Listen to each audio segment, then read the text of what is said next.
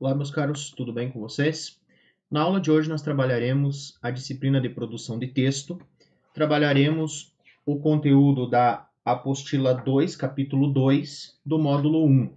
Abordaremos o tema a fala e o poder de comunicação. Como vocês têm aí na tela, né? Apostila 2, módulo 1, capítulo 2 do material. Esse capítulo ele começa com essa imagem, tá? Vocês têm ali nas primeiras páginas essa pintura rupestre em Apodi, Lajeado de Soledade, Rio Grande do Norte, tá? E aí a datação dela. É interessante nós observarmos a relação que nós podemos fazer entre essa imagem, essa pintura e a questão da produção de textos. Primeiramente, o que nós temos ali representado? Nós temos a figura ou a presença de uma pintura rupestre. A pintura rupestre nada mais é do que uma forma de registrar informações. Esse registro de informações tinha como objetivo mostrar ações que eram praticadas, ações feitas, a relatar acontecimentos e tal, em um momento, em um período da história em que não havia o desenvolvimento necessariamente ou o conhecimento da parte escrita. Ao longo do tempo e com as evoluções, a forma de registrar acontecimentos, ações e informações, ela foi sendo alterada. E aí nós podemos observar questão de, por exemplo, o desenvolvimento dos meios virtuais, internet e etc., que hoje facilitam o acesso e têm uma dinamicidade muito maior. Dentro desse contexto todo, essa questão da evolução, essa questão do registro de algo, nós temos três itens que possuem um papel bastante importante. O primeiro desses itens é a memória. Ela tem um papel fundamental na comunicação, já que é através dela que nós arquivamos e guardamos informações, elementos e acontecimentos. A oralidade, ela foi uma primeira forma de comunicar, de relatar ou registrar informações. Quando não havia o desenvolvimento da escrita, nós já tínhamos textos sendo produzidos através da oralidade, e essa oralidade contribuindo para que ensinamentos, desenvolvimentos, etc., fossem passados de geração para geração, de pai para filho e assim por diante. Com o advento, com o surgimento da escrita, nós temos ali uma forma de materializar de modo mais duradouro as informações. A oralidade é uma forma de materialização também, só que a duração é menor, justamente por quê? Porque eu tenho a inexistência de um registro acontecendo. Hoje nós temos aparelhos que gravam, que registram falas e etc. Mas antigamente, quando não havia essa questão tecnológica, uma vez que a informação foi dita, foi passada, terminei de falá-la, ela praticamente vai depender da memória do ouvinte para que ela seja novamente passada, dita ou comunicada a alguém.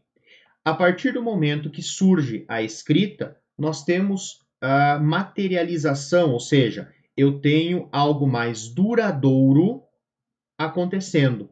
Antes mesmo da escrita, nós tínhamos o quê? Por exemplo, as pinturas rupestres. Através dos desenhos, através das imagens, nós tínhamos ali, ou acontecia, o registro dessas informações, dessas situações.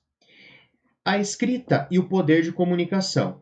É inegável que nós temos aliado à escrita o poder de comunicação, tá? E a escrita constituindo textos e etc. Eu tirei dois fragmentos dessa obra aqui, A História da Escrita, cuja leitura eu sugiro, né? É bastante interessante porque revela caminhos no desenvolvimento da escrita e etc. E o autor ele coloca a seguinte citação inicial: a escrita fascina a todos. É importante e é interessante nós observarmos que muitas vezes não é dada a devida valorização para a questão da escrita. Todavia, você tem ali uma riqueza muito grande, uma história muito grande, uma importância muito grande para esse registro. A escrita é, segundo o autor, muito mais do que a pintura da voz, como queria Voltaire. Tornou-se a escrita a suprema ferramenta do conhecimento humano, ciência. agente cultural da sociedade, através da literatura, meio de expressão democrática e informação popular, a imprensa, e uma forma de arte em si, no caso a caligrafia, para mencionar apenas algumas manifestações. Dentro desse livro, a título de curiosidade, o autor ele estabelece ali, desde as origens dos primeiros registros que se tem datado, que se tem conhecimento, até formas, até o desenvolvimento de alfabetos, formas mais complexas de escrita. O essencial aqui é nós observarmos o quê? Durante todo o tempo, durante toda a história, o ser humano, ele necessita, ele carece de formas de registrar acontecimentos, de registrar fatos. E esse registro, esses acontecimentos, eles precisam ser colocados de uma forma que outros possam ter acesso. E uma das formas que nós temos hoje é através da escrita de textos, tá? E a ideia nossa é, dentro dessa aula, pensar um pouco, discutir um pouco sobre o relato pessoal. O que é o relato pessoal? É uma forma ou é uma estrutura, é um gênero de base narrativa, em que se focalizam as ações. Então, assim como na pintura rupestre, os desenhos, as imagens serviam para narrar acontecimentos, narrar ações, hoje no relato pessoal nós temos essa mesma finalidade, porém não feita com imagens, com desenhos, mas feita sim com palavras. A função então do gênero relato pessoal é registrar acontecimentos da própria vida, com o intuito, com a intenção de que eles possam servir de fonte de consulta e aprendizado, justamente porque a partir do relato feito sobre experiências, sobre acontecimentos, sobre ações, eu posso alertar, eu posso ensinar, eu posso prevenir pessoas sobre determinadas ações. Esse relato pessoal, ele pode ser apresentado sob forma oral ou escrita. Muitas vezes nós temos relatos sendo produzidos na oralidade, tá? Então, a frequência do relato pessoal oral sendo maior do que o escrito. Porém, nessas duas formas de apresentação é possível haver o relato. Vamos observar ali na tela dois exemplos. O primeiro deles, era um jantar e estávamos comendo um bobó de camarão. Durante esse jantar, rolavam os beijos. Cada um falava uma coisa. E aí mordia um camarão. Eu estava fazendo um tratamento dentário. Estava com um dente provisório na boca e quando mordi o camarão, senti alguma coisa a mais com o camarão. Senti que o dente tinha saído. O tal provisório. Observem que nós temos aqui nesse primeiro relato uma situação cômica sendo trazida. Tá? Nós temos ali a presença das ações, nós temos a presença de personagens, o que constitui, o que forma, tá, dentro desse relato, o que conecta esse relato a esse gênero textual ao tipo textual narrativo, ou seja, o tipo de texto que tem como finalidade narrar, contar algo envolvendo personagens, ação, espaço, tempo e enredo e narrador. Observem o segundo exemplo que nós temos na tela. Querido professor, queremos agradecer o texto que nos enviou para o livrinho de relatos pessoais. O livro foi muito importante para os alunos dos sextos anos. O livro didático, durante o ano, nos trouxe muitos conhecimentos e adoramos trabalhar com ele. Desejamos a você um ótimo 2016. E aí os nomes de quem escreveu. Talvez vocês estranhem um pouco esse segundo texto e aí pensem, mas esse segundo texto não é uma carta? Vejam, o relato pessoal ele pode acontecer sob a forma isolada, então o relato em si, como é o primeiro exemplo, mas ele também pode estar contido em outros formatos, em outros textos, por exemplo, ali na carta. Nós podemos perceber que a carta ela contém trechos de relato comentando, relatando o envio feito pelo professor, tá? E aí até mesmo a citação do relato pessoal ali formado pelos alunos. Observem que tanto individualmente, isoladamente, quanto presente em outro texto, em outro gênero de texto, o relato ele continua cumprindo a sua função, que é informar alguém sobre algo. Características desse gênero relato. Primeiro, presença de subjetividade, ou seja, é um texto extremamente pessoal, em que o autor, em que o narrador, em que o indivíduo que está relatando expressa sua visão, sua opinião, seus medos, suas vontades. Emprego da primeira pessoa em geral, justamente por se tratar de um texto subjetivo. O foco do relato está nas ações e nas sequências, ou na sequência das mesmas, a maneira como tudo aconteceu, o resultado, o que está envolvido na situação relatada. Há um predomínio da função emotiva da linguagem. Só lembrando, o que é a função emotiva? É a função que valoriza o eu, que valoriza o emissor, mostrando ali medos, vontades, desejos, anseios, etc., desse emissor. E pode ser utilizado na construção de outros gêneros, como notícias, reportagens, entrevistas, depoimentos, etc. Observem que, como já falado, o relato ele pode estar presente de forma individual, vamos chamar assim, né? O relato em si, mas ele pode compor, junto a outros gêneros, tá? Outros textos. Então, dentro de uma notícia, por exemplo, eu posso ter ali o relato de alguém sobre o fato que está sendo noticiado.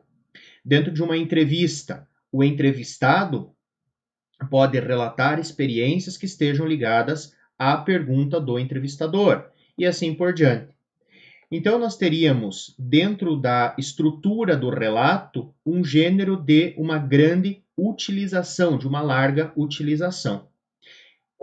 Quando se trata da linguagem, nós temos dentro do relato um predomínio de verbos no pretérito perfeito, uma ação acontecida no passado e já concluída, ou no presente do indicativo, coisas que estão acontecendo no momento da fala.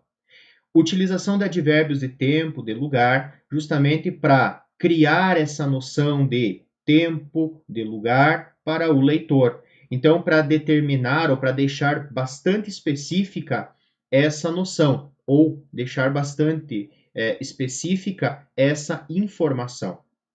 A linguagem ela pode ser tanto formal quanto informal, dependendo do contexto, dependendo do relato a ser feito.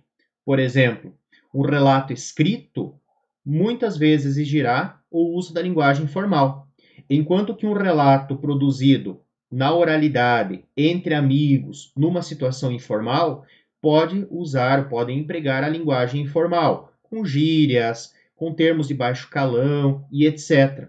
Visto que, quando eu tenho o relato oral sendo produzido, eu estou frente a frente com o meu interlocutor, com o receptor da mensagem. E isso faz com que eu consiga recriar, adaptar novamente e etc., aquilo que está sendo dito. Quando se tem o relato sendo feito de forma escrita, é necessário um cuidado maior com a linguagem, já que você tem ali a não presença do teu interlocutor ante o texto. Porém, eu escrevo o texto, né, mas o leitor fará a leitura em um tempo posterior. Ou seja, eu preciso ter um cuidado, eu preciso ter um apreço maior pela linguagem, já que eu não estarei frente a frente com o meu leitor, com o meu interlocutor. E por último, nós temos ali a descrição das ações, sentimentos e sensações. E isso é desenvolvido através do uso, por exemplo, dos verbos, através do uso de adjetivos, através do uso de substantivos, que são os estruturantes dentro ou os estruturantes desse gênero de texto. Tranquilo? Bom, pessoas, na tela vocês têm ali um outro exemplo, tá? Vamos ver alguns trechos desse texto. Cadernos. Na minha adolescência, eu escrevia diário, às vezes usando o caderno de escola que não chegava ao fim, mais vezes comprando um especial. Especial porque eu sabia que ele ia ser o meu diário.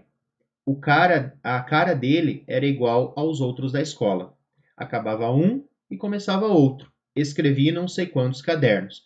E aí segue, tá? Caminhando para a parte final, foram quase 3 anos de escrever diário. Não me lembro de ter sentido cansaço ou tédio naquelas horas. Não me lembro de algum dia, um só, ter pensado: essa coisa de ter que escrever é meio chato, não é?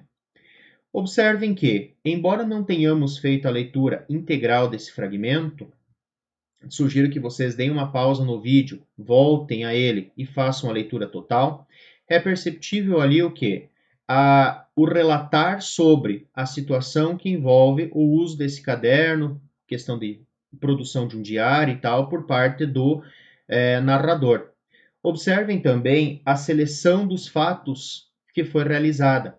Nós temos fatos relevantes sendo colocados ali, ou seja, quando eu faço um relato, a seleção dos fatos, a seleção das ações a serem colocadas compete a mim, enquanto autor, enquanto produtor do texto. E em terceiro lugar, a organização feita dessas ideias. Então, o relato ele não é um mero jogar de palavras no texto, no papel. Você tem toda uma arquitetura sendo produzida para que essas informações sejam coerentes e façam sentido para o leitor. Tranquilo? Bom, pessoas, a proposta nossa vai ser o quê? Que vocês trabalhem com uma atividade que vai ser encaminhada do vestibular de verão da UEM, da Universidade Estadual de Maringá. Essa proposta de texto ela foi pedida no vestibular do ano de 2018. E aí, no material que vai ser encaminhado para vocês, nós temos ali 2 textos que darão base para a produção desse relato. Vocês têm toda a orientação no comando da questão, na proposta, certo? Não deixem de fazer a leitura do texto base, visto que o texto base ele é essencial para o que será trabalhado. Vejam na tela o comando, a orientação. Você, morador da cidade de Lândia, acaba de passar por um grande apuro, decorrente de problemas de mobilidade urbana, para chegar em casa. Depois de um dia de trabalho ou estudos. Irritado com o que você considera um descaso do poder público para com a população da cidade, você decide publicar o ocorrido na página Reclama Lândia, no Facebook, a fim de compartilhar com os moradores a situação que você vivenciou. A partir do texto 1 e do texto 2, redijam um relato sobre a experiência negativa vivida por você. Caso queira assinar o texto, use apenas morador ou moradora. O seu relato deve ser escrito com no mínimo 10 e no máximo 15 linhas. Observem então que vocês primeiro farão a leitura dos textos base 1 e 2 e na sequência vocês produzirão esse relato sobre a experiência negativa vivida. Um detalhe, por se tratar o relato de um texto de base narrativa, é necessário que estejam presentes, além do personagem, tá, ou dos personagens, haja um enredo, uma sequência de ações sendo faladas, sendo colocadas, presença de um tempo, ou seja, quando a história acontece, presença de um enredo, justamente quando quais ações aconteceram, quais situações foram desenvolvidas dentro desse espaço, dentro desse momento, ok? E um local, né, no caso ali, seria a própria cidade de Lândia, essa cidade criada para a proposta, ok? Sugiro que vocês deem uma lida na página 8 da apostila. A apostila é essa aqui, tá? Capítulo 2 do módulo 1. E ali vocês têm uma breve orientação sobre a estrutura do relato, trazendo esses elementos da narrativa e a forma de vocês fazerem a organização, ok?